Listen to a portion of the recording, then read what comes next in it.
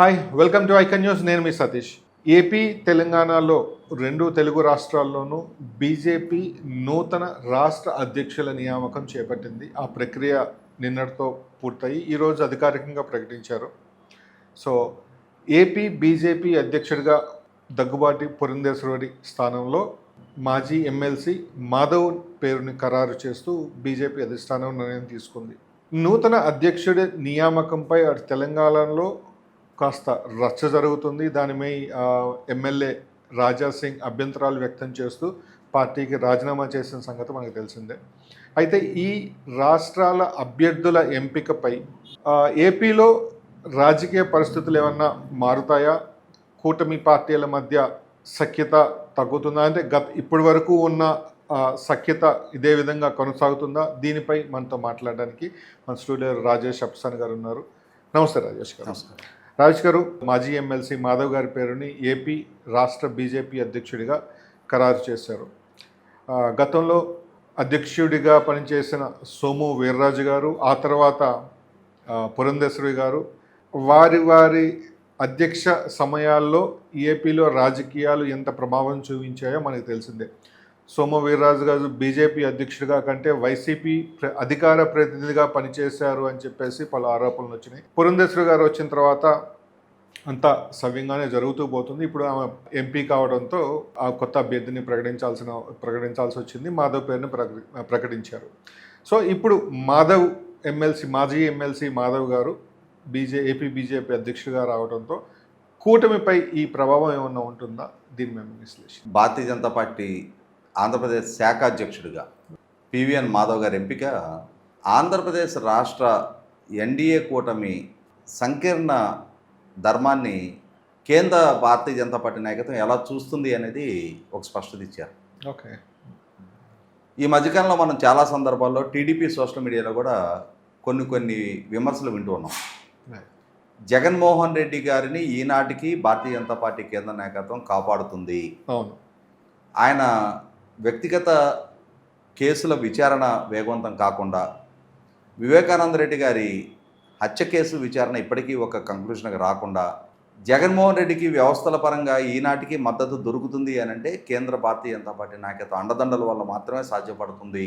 ఇవాళ స్నేహధర్మాన్ని మీరి ప్రత్యర్థిగా ఉన్న జగన్మోహన్ రెడ్డికి భారతీయ జనతా పార్టీ కేంద్ర నాయకత్వం అండదండలు అందిస్తుంది అని కొందరు, అందరని కూడా కొందరు టీడీపీ అభిమానులు, సోషల్ మీడియా కార్యకర్తలు కూడా సోషల్ మీడియా వేదికగా ప్రస్తుతం ఉన్న ఎన్డీఏ కూటమి పొత్తును కూడా అనుమానాస్పదంగా చూస్తూ ఈ పొత్తులో ఉంటూ కూడా అధికార భాగస్వాములుగా ఉంటూ కూడా భారతీయ జనతా పార్టీ చంద్రబాబు నాయుడు గారిని, తెలుగుదేశం పార్టీని ఏదో ఒక రకంగా ఇబ్బందులు పాలు చేసి అంతిమంగా జగన్మోహన్ రెడ్డికి లబ్ధి చేకూర్చే దిశగానే ప్రయత్నాలు చేస్తుంది అని చెప్పని విమర్శలు ఎక్కువ పెడతాం వింటూ ఉన్నాం.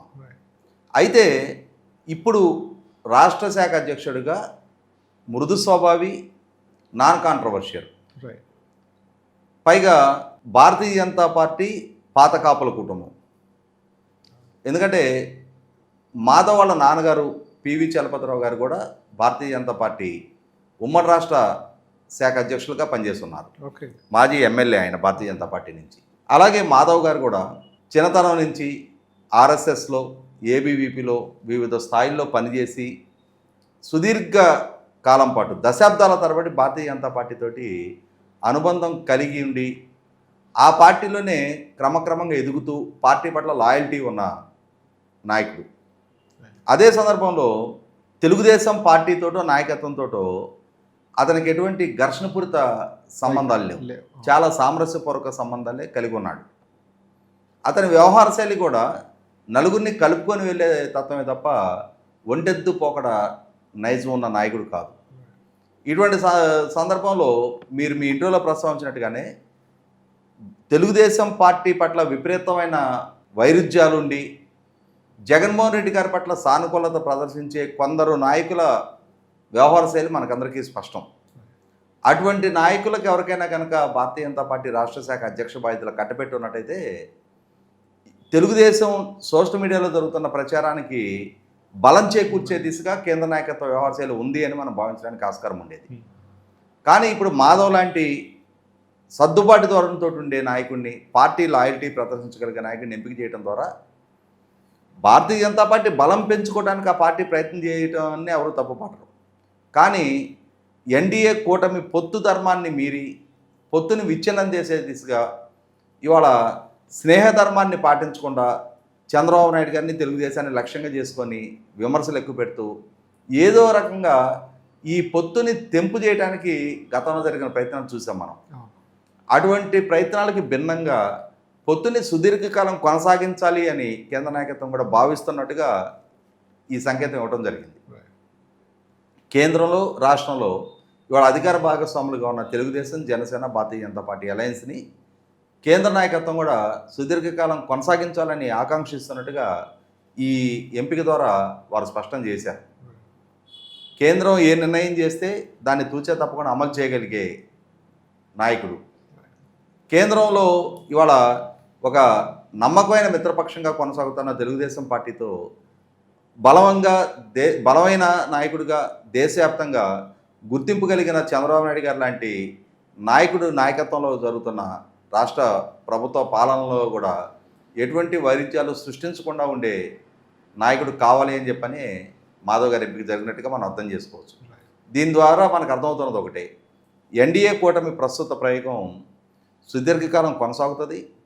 ప్రస్తుతం ఉన్న ఆరోగ్యకర సంబంధాలు ఇరువురికి విన్ విన్ సిచ్యుయేషన్లో కేంద్రంలో వారికి మద్దతు తెలుపుతూ, రాష్ట్రంలో వీరికి మద్దతు తెలుపుతూ, కేంద్ర ప్రభుత్వ పరంగా రాష్ట్రానికి సహాయ సహకారాలు అందిస్తూ, రాష్ట్ర అభివృద్ధికి కూడా గతానికి భిన్నంగా చేదోడు వాదోడుగా నిలుస్తున్న నరేంద్ర మోడీ గారి నాయకత్వంలో ఉన్న ప్రభుత్వం ఆ సపోర్ట్ని మరింత బలంగా మరింత కాలం ఎక్స్టెండ్ చేయడానికి అనుకూలంగానే నిర్ణయం చేసినట్టుగా భావించవచ్చు. కాబట్టి రాష్ట్ర కోణం నుంచి చూసినప్పుడు కేంద్రంలో సుదీర్ఘకాలం నుంచి అధికారంలో కొనసాగుతున్న దేశంలోనే బలమైన నాయకుడిగా ఉన్న నరేంద్ర మోడీ గారి నాయకత్వంలో ఉన్న ప్రభుత్వం నుంచి రాష్ట్ర ప్రభుత్వానికి 2018 నాటి పరిస్థితులు పునరావృతం కావు. ఖచ్చితంగా ఇప్పుడు 2024 ఎన్నికలను నెగ్గిన తర్వాత కేంద్ర ప్రభుత్వం నుంచి అందిస్తున్న ఇవాళ దక్షిణాదిలో అభివృద్ధి చెందున్న మిగిలిన రాష్ట్రాల సరసన ఆంధ్రప్రదేశ్ రాష్ట్రాన్ని కూడా నిలబెట్టే ప్రయత్నాలకు అందిస్తున్న సహాయ సహకారాలు మరింతకాలం కొనసాగడానికి ఈ నిర్ణయం దోహదం చేస్తుందని చెప్పి మనకు అర్థమవుతూ ఉంది. Thank you so much sir. మీరు అన్నట్లుగానే ఆయన నియామకం ఈ కూటమికి మరింత బలం చేకూర్చాలి. కేంద్ర ప్రభుత్వం నుంచి రాష్ట్రానికి రావాల్సిన సహాయంపై ఆయన కూడా కాస్త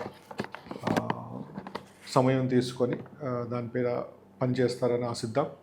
సో చూశారు కదా రాజేష్ అప్సాన గారితో ఈరోజు విశ్లేషణ. మరోసారి మళ్ళీ కలుద్దాం. అంతవరకు మీ సతీష్.